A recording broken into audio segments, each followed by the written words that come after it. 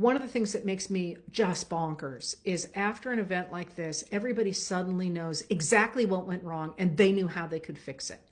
And the answer, I would say, is that Harris and Walz ran a spectacular campaign. It was really a joy to watch it.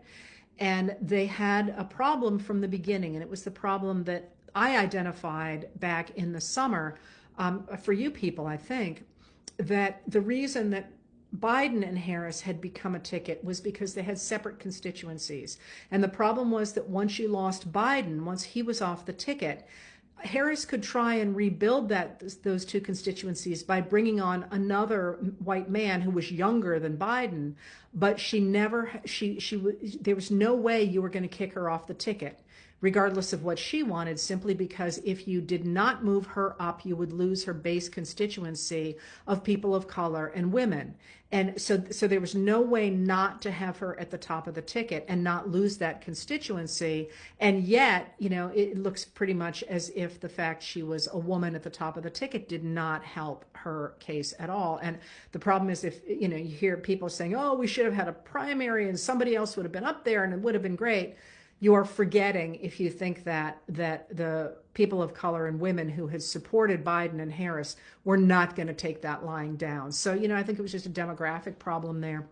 And it really doesn't do us much good to say, I could have fixed things if only they had done X, because we don't know. And always remember that there is, it's very, very hard to do contingency going backward, because unless it's something truly obvious, like if only that person hadn't died, you've got a better shot, but you just don't know how things would have played out. Similarly, I am reading that the Democrats should back away from the policies that are being identified as having isolated certain voters, pushed certain voters away from the ticket, primarily the emphasis on LGBTQ plus rights.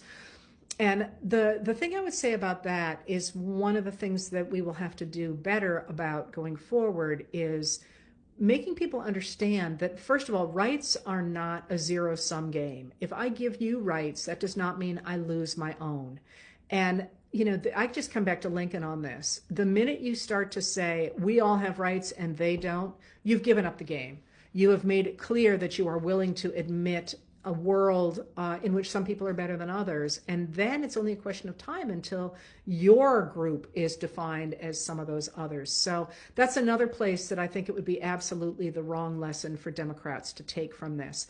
The lesson that I am taking from the election is that we've got to do a better job combating disinformation.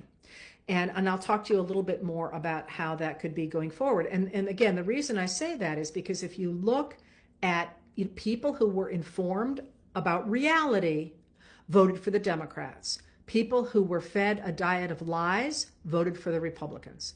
And that's, it's established in a whole bunch of different studies. And that seems to me to be a much bigger problem than, oh dear, should she have appeared on Joe Rogan, which is something somebody has been saying.